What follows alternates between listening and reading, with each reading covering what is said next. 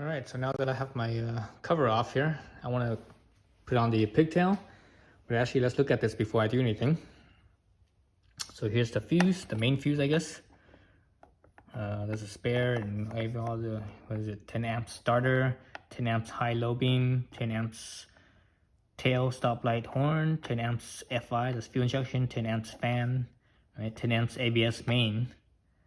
There's a diode open. There's another one fuse right here. I'm not sure what this is. It's 10 amps. There's a 10 amps or 30 amps spare. This is ABS FSR. I'm not sure what that is. ABS M. I'm not sure what it is, but both of these are 30 amps. That's pretty high. There's another fuse over here. That I think this one's a spare as well. There's a relay. It looks like that's probably the signal relay. Turn signal, maybe even the emergency signal as well. So I think that's what that is. It looks like there's another relay in here somewhere. It's kind of hard to tell. With some other plugs in here. See the battery. Oh, so at first I wasn't sure what this was because it was capped like this, but then I saw this backside and I'm like, oh, there's the diagnostic plug. So this right here is the diagnostic plug for the fuel injection. So you know how this bike is fuel injected, and when you turn it on, right? Let's see. No, that's the ABS. No, that's not. Yeah, that's ABS. ABS off right there. Glare from the light up overhead. So here's the ABS. So when you turn on off the ABS right here, this light will turn on. There's the high beam. That's a check engine light right here. So right there is just where the check engine light is. So when that turns on, you could plug in a diagnostic tool right here and read it. You know, read the code.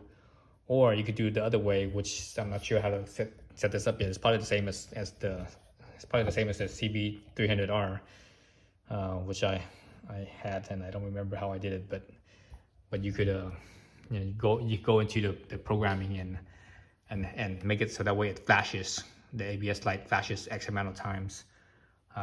So if you don't have the diagnostic tool, right? If you don't have the diagnostic tool to plug this in, you go into limp mode, and you have to jump. You have to jump something. I'm not sure where you jump.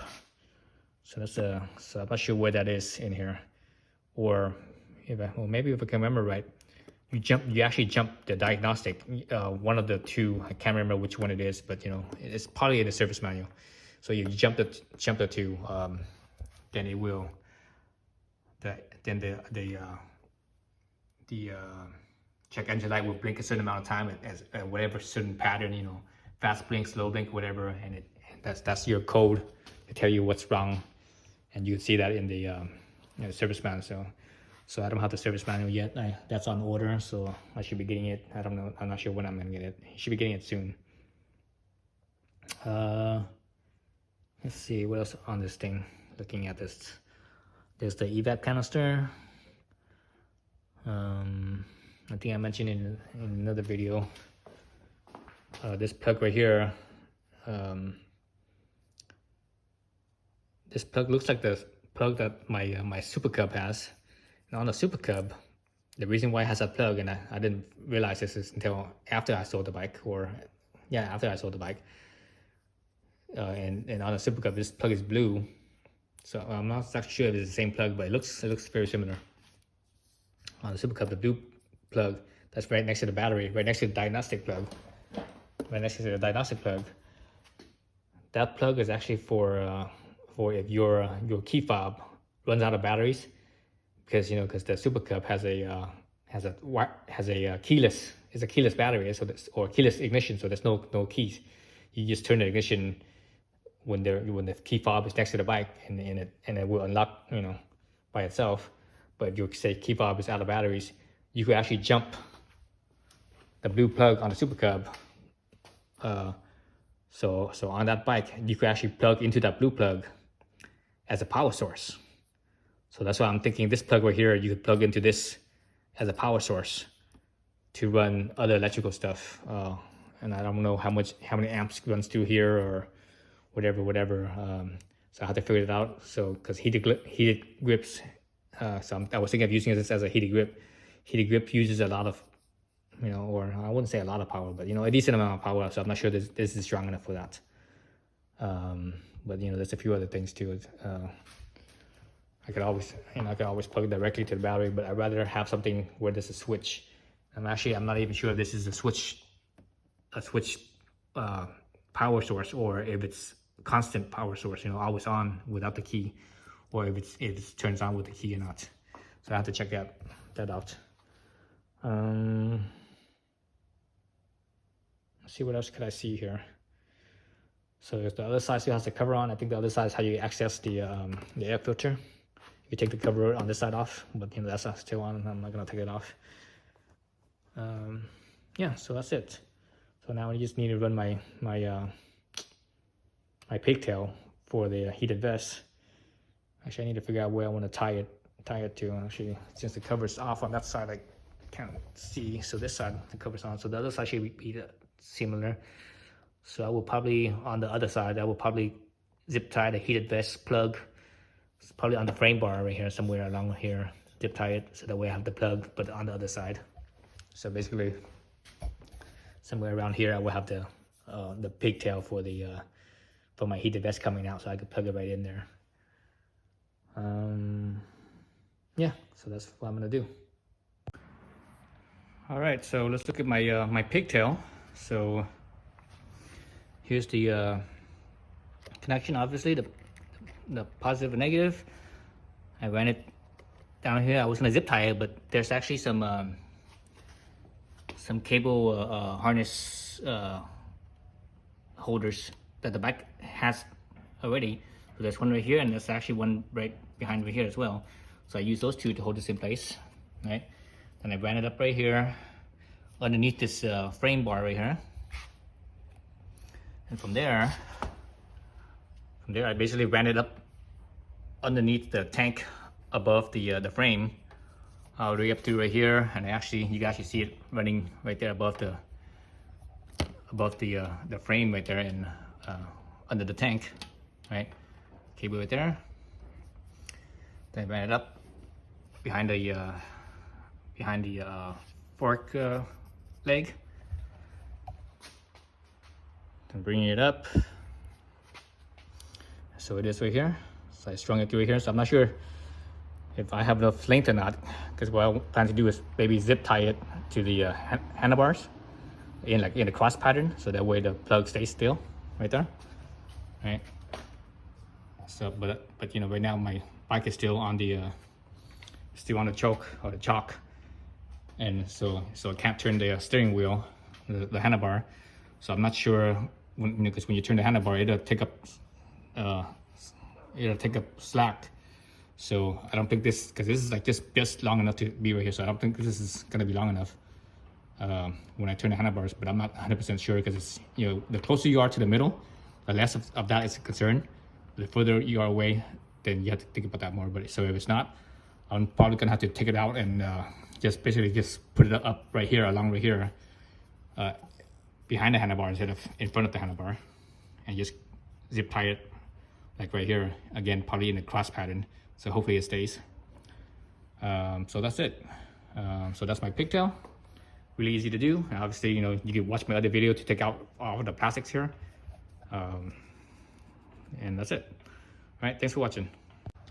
All right, so putting the panels back on. Remember I had the wire coming down right here, positive wire. So it was actually in the way of the panel here. It actually pushed the panel out a little bit. So I had to move it up to give me more slack. Instead of hooking the wire down to this first hook right here, I actually hooked it onto the second one. So that actually gave me some slack. So I was able to pull some more wire up here. So now I have more slack up here. So now I'm actually okay. I think I'll be okay on this top side right here.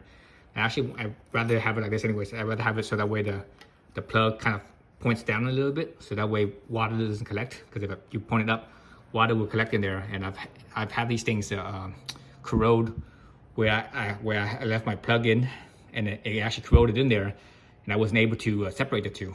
So anyways, so I think that's it right there. That should work. All right, so here's my pigtail plug for my electric vest. or you could, I guess you could plug it into the electric gloves as well. But I have an electric vest. I could, if I have, actually I do have heated gloves, but if I use heated gloves, I could plug it directly into my vest. But anyways, so here's the plug for it. I zip tied it, in a cross pattern, so that way it doesn't move anywhere. So it doesn't, it doesn't move. It does. You can rotate it, like so. So I'm gonna have it angled down so that way, water doesn't get in here and cause corrosion. Right now, I'm twisting the handlebar lock to lock, and there's plenty of slack on the cable, right? So twisting it to the right will actually take up more slack, but there's still plenty of slack, so it's good. So it works out. So there's one electrical accessory I have. I'm gonna be adding a few more. I wanna add a USB charger somewhere. I have a USB charger. I'm not sure where exactly I'm gonna put it. It's probably gonna mount to the handlebar somewhere. I'm not sure exactly where though. Either right here or let's see. I have space, so I might, if it fits, I might mount it right here, right behind the, right here. I don't think it'll fit in the front because it's, because the triple clamp is in the way right here. But right here, there's space right here. So I mount it right there. I'm deciding if I want to put on heated grip. Oh, excuse me, not heated grips. Heated grips. I have some heated grips, but I'm not sure if I want to put it on this bike. I don't think I will, just because heated grips, the grips are bigger in diameter. So over a longer period of time, your hand will actually get more fatigue because of the larger diameter. You have less leverage. The tighter you could, grab your hand, your fingers. The tighter that is, the less fatigue on your hands. Basically, it has to do with leverage. So the tighter you are, your hand is a fist. The more leverage you have, as something gets bigger and bigger, you have less and less leverage. So over time, you get fatigue from that. So I'm not sure if I want to do heated grips or not, but for sure I want to do the USB charger. Hopefully it fits right here. If not, I either have to put it on one side or the other. Most likely right here. It seems like I have more space right here. This side, I don't know, maybe this side, I don't know. It depends on the mounting bracket, but I think I have the most space right here. So USB charger. That way up here I could basically mount my phone mount, and I could use my phone as my GPS, my navigation basically.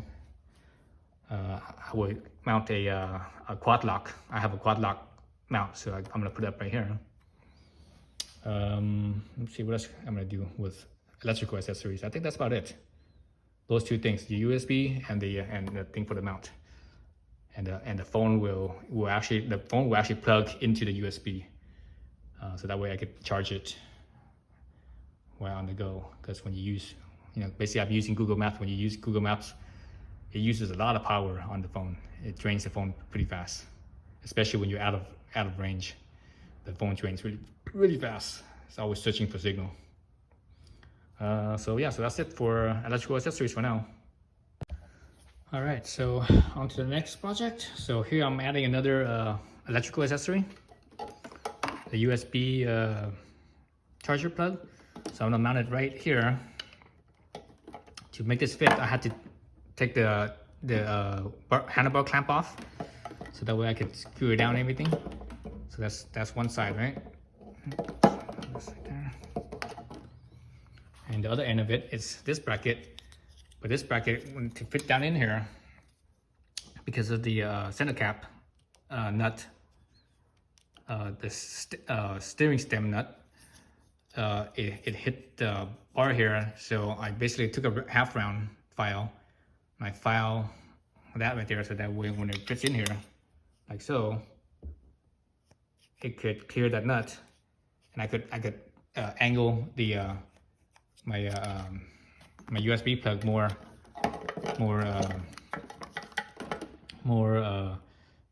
this direction, because without filing that, it was too upright, and the top here would actually well, not this top, but the rubber cap would actually hit this, and it wouldn't, I wouldn't be able to put the cap on and off.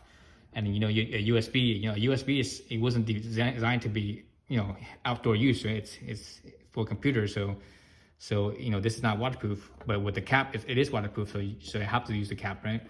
So anyways, so I did that to clear that.